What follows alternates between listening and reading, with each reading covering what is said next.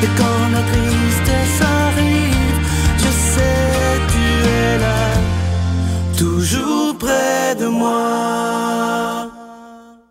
Bon mercredi, bienvenue à votre émission La Victoire de l'amour. J'espère que vous allez bien. Aujourd'hui, pour la chronique 20 ans d'amour, on recule en 2008 où j'avais rencontré chez lui un homme qui m'a marqué complètement. Il s'agit de Guy Corneau, le psychanalyste qui a été atteint d'un cancer en phase 4, imaginez. On lui donnait pas beaucoup de chances de survie, mais il s'est pris en main. Il a même dit à un moment donné que le cancer, c'était aussi quelque chose de spirituel. Alors, il a fait un ménage là-dedans. Écoutez bien ce qu'il a à nous dire, parce qu'aujourd'hui, ça fait plus de 7-8 ans. Maintenant, tout va bien pour lui. Il a même écrit, ça, je vais vous le dire. Il a écrit un livre qui est magnifique, si vous pouvez vous le procurer, qui s'appelle « Revivre ». C'est un peu son cheminement pour combattre le cancer, un livre absolument magnifique. On l'écoute maintenant, Guy Corneau.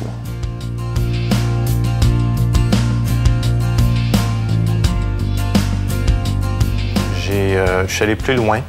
J'ai commencé vraiment à travailler sur, vraiment établir un dialogue avec les cellules, vraiment d'abord dire à mon cancer, à la maladie, que je comprenais pourquoi elle était là. Ah oui? Parce que faut dire, j'ai utilisé beaucoup de moyens. Je suis retourné en psychothérapie. On est toujours des cordonniers mal chaussés, qu'on le veuille ou non. Alors, je suis retourné en psychothérapie pour comprendre. Pendant 1 mois et demi, 2 mois, j'ai vraiment tenté de comprendre ce qui était en jeu. J'ai utilisé aussi beaucoup les notions de la biologie totale qui lient les atteintes d'organes à des conditions psychologiques, affectives. Alors, je suis beaucoup allé jouer de ce côté-là. Et pendant 1 mois et demi, 2 mois, j'ai vraiment joué là-dedans, là, je dirais. Je suis vraiment allé gratter le bobo, comprendre. Et une fois que c'était fait, là, je parlais vraiment à monsieur-là, je disais, écoutez, je comprends le message, je comprends ce que vous êtes venu faire en moi. Je vous remercie de ça, j'honore ça. Et maintenant que j'ai compris, vous pouvez mourir, votre mandat est terminé. C'est-à-dire, moi, je voyais vraiment comme... C'est très intéressant. Oui, je voyais vraiment le corps, en fait, le message du corps. Le corps, c'est un animal extrêmement fidèle. C'est extraordinaire. D'abord, c'est un miracle de la vie. Et c'est un animal tellement fidèle qui, au fond, il obéit pas aux mensonges qu'on se raconte, aux illusions qu'on se raconte sur nous-mêmes, sur notre vie. Le corps répond directement à la force de vie en nous, à l'âme, d'une certaine façon. C'était vraiment un témoin de ça profond. Et je pense que quand on est mal aligné par rapport à l'expression de ce qu'on est véritablement, par rapport à nous-mêmes, dans nos profondeurs, je pense que le corps répond par des maladies. Et la psyché aussi, ils ont fait des maladies psychologiques, des maladies physiques. Et donc, j'y parlais, je disais, je comprends, vous êtes venu faire quelque chose de très important et j'honore ce travail-là.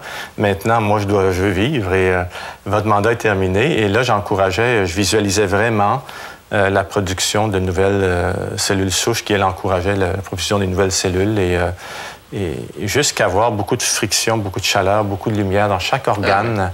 Et vraiment passer du temps avec ça, là. Pas juste une pensée, mais vraiment jusqu'à ressentir ce travail-là intérieur.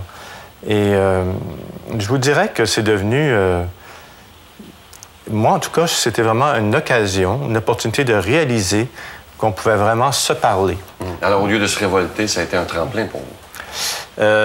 C'est ça. C'est-à-dire que je trouvais c'est une crise très profonde. Et le mot crise en chinois, l'étymologie, c'est opportunité et danger. Alors, c'est exactement ça. Et à la limite, c'est toi qui choisis. Moi, je me suis dit, je suis sorti de chez mon médecin, je me suis dit, c'est pas la médecine qui va décider si je vais survivre ou non de cette affaire-là. Notre Père qui es aux cieux, que ton nom soit sanctifié, que ton règne vienne, que ta volonté soit faite sur la terre comme au ciel. Donne-nous aujourd'hui notre pain de ce jour.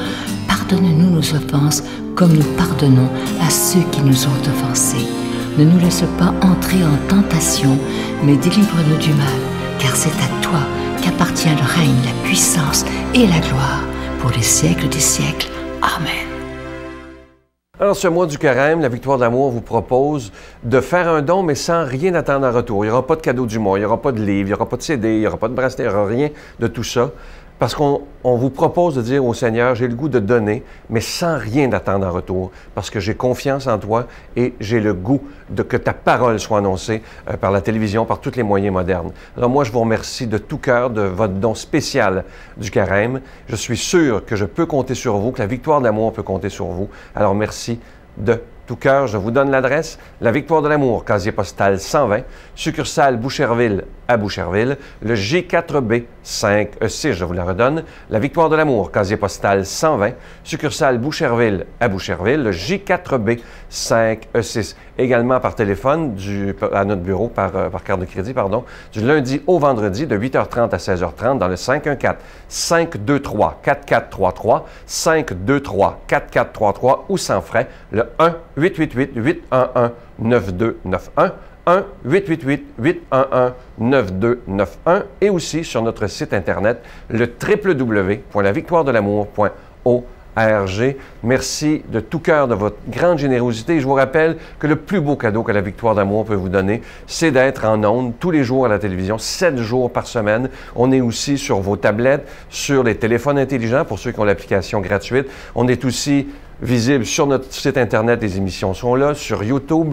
On est partout pour annoncer la parole de Dieu et ça, c'est tellement important. Merci de tout cœur de votre grande générosité.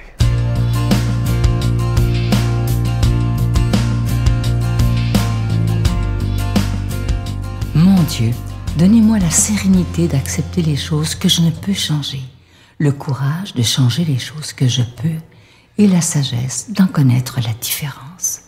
Amen. Aujourd'hui, on rejoint pour la parole de Dieu le Père Brice Petitjean de Québec, la communauté de l'Emmanuel.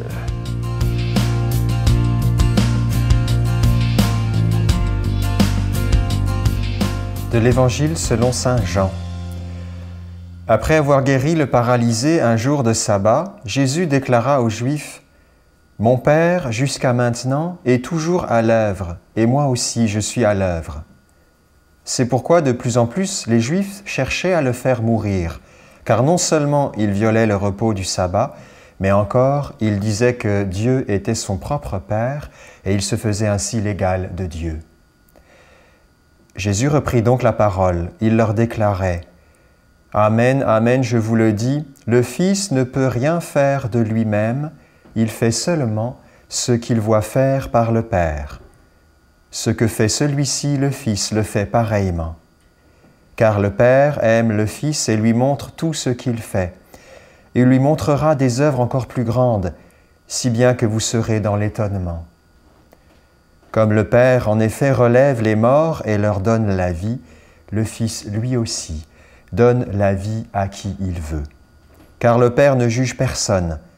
Il a donné au Fils tout pouvoir pour juger, afin que tous honorent le Fils comme ils honorent le Père. Celui qui ne rend pas honneur au Fils ne rend pas non plus honneur au Père qui l'a envoyé. Amen, amen, je vous le dis, celui qui écoute ma parole et croit au Père qui m'a envoyé, celui-là obtient la vie éternelle et il échappe au jugement, car il est déjà passé de la mort à la vie. Amen, amen, je vous le dis, l'heure vient, et c'est maintenant, où les morts vont entendre la voix du Fils de Dieu, et ceux qui l'auront entendu vivront. Comme le Père a la vie en lui-même, ainsi a-t-il donné au Fils d'avoir la vie en lui-même, et il lui a donné le pouvoir de prononcer le jugement parce qu'il est le Fils de l'homme. Ne soyez pas surpris, l'heure vient où tous ceux qui sont dans les tombeaux vont entendre sa voix et ils sortiront. Ceux qui ont fait le bien en ressuscitant pour entrer dans la vie, ceux qui ont fait le mal en ressuscitant pour être jugés. Moi, je ne peux rien faire de moi-même. Je rends mon jugement d'après ce que j'entends, et ce jugement est juste, parce que je ne cherche pas à faire ma propre volonté, mais la volonté de celui qui m'a envoyé. Frères et sœurs, bonjour, nous accueillons cette parole de l'Évangile de saint Jean, cette parole qui peut nous paraître un peu compliquée ce matin, mais cette parole qui nous montre combien Jésus est en train de s'approcher du but ultime de sa mission. Jésus est lentement de plus en plus enserré par ses ennemis qui veulent le mettre à mort. Jésus est là au milieu de ceux qui veulent le faire passer de la vie à la mort. Et dans ce contexte, il nous révèle ce matin, alors que nous cheminons dans cette route de Carême, il est en train de nous faire comprendre ce matin que lui, il est celui qui peut faire passer de la mort à la vie. Il est celui qui est vainqueur. Il est celui qui va devenir le victorieux de toute mort. Et à travers ce discours avec les pharisiens au temple de Jérusalem, eh bien Jésus nous donne la perle de l'Évangile. Comment passer de la mort à la vie? Eh bien Jésus nous donne le cœur de l'Évangile. Celui qui écoute ma parole et croit au Père qui m'a envoyé, eh bien celui-là obtient la vie éternelle et il échappe au jugement. Nous pensons parfois dans notre existence que c'est le jugement de Dieu qui va nous faire passer à la vie ou passer à la mort, alors qu'en fait Jésus nous dit ici, mais non, celui qui entend ma voix est déjà passé de la mort à la vie, et pour celui-là, le jugement est déjà passé. Le jugement est donc, eh bien, la conséquence en quelque sorte de notre passage, notre liberté d'écouter la parole de Jésus et ainsi de nous laisser passer de la mort à la vie. Oui, des morts dans notre vie, il y en a de nombreuses et nous sentons que nous avons besoin de passer à la vie. Alors il nous faut écouter la parole. Écoutez ma parole, nous dit Jésus. Comment pouvons-nous concrètement écouter cette parole? Il y a de nombreuses manières. Il y a évidemment cette parole de la Bible que nous entendons à chaque matin, que nous pouvons relire chez nous. Cette parole inspirée par l'Esprit Saint qui est une parole de vie, cette parole qui s'est incarnée en Dieu lui-même. Il y a d'autres manières, évidemment, c'est dans notre prière personnelle, ce temps de cœur à cœur avec Dieu que nous pouvons prendre au cours de nos journées. Cette prière où Dieu, dans le secret de notre cœur, glisse une parole qui va nous transformer. Il y a encore les événements de notre vie, les circonstances du quotidien, les événements qui vont venir nourrir, donner un sens à ce que nous vivons, la providence. Tout cela encore est une manière pour Dieu de nous parler. Il y a encore le conseil donné par un ami, l'acte de charité qu'un frère va nous dire, une parole de réconfort. Voilà encore une manière pour Dieu de parler par nos frères. Alors le Seigneur nous parle sans cesse. Le Seigneur est celui qui nous nourrit, qui nous fait passer de la mort à la vie. Prenons aujourd'hui le temps de goûter à cette parole, de nous laisser nourrir par elle.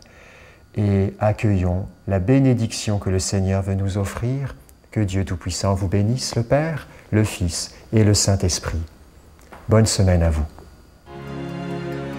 Je vous salue Marie, pleine de grâce. Le Seigneur est avec vous. Vous êtes bénie entre toutes les femmes, et Jésus, le fruit de vos entrailles, est béni. Sainte Marie, Mère de Dieu, priez pour nous pauvres pécheurs, maintenant et à l'heure de notre mort. Amen.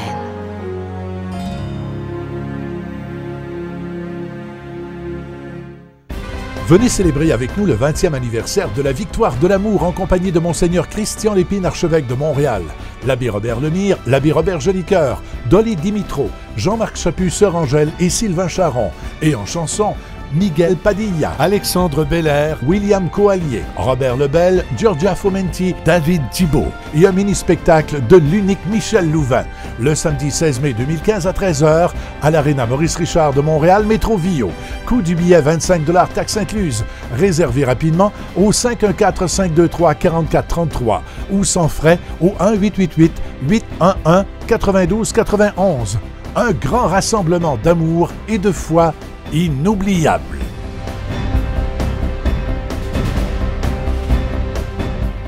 Dans cette période du carême, écoutez bien cette belle pensée, c'est tellement vrai. Ce sont souvent les gens qui ont le moins qui donnent le plus, sûrement parce qu'ils connaissent les vraies valeurs. Je vous souhaite une belle journée aujourd'hui et on essaie, comme je vous dis souvent, de regarder le beau et le grand dans tout. À demain. Saint Paul dit qu'il faut être fou pour être chrétien. Oui. De ce fou à qui on doit la liberté, l'égalité, la fraternité, à qui on doit de ne pas rejeter les malades, le baiser aux lépreux, c'est le baiser aux gens atteints du sida, c'est le baiser aux infirmes, c'est le respect des... On lui doit tout,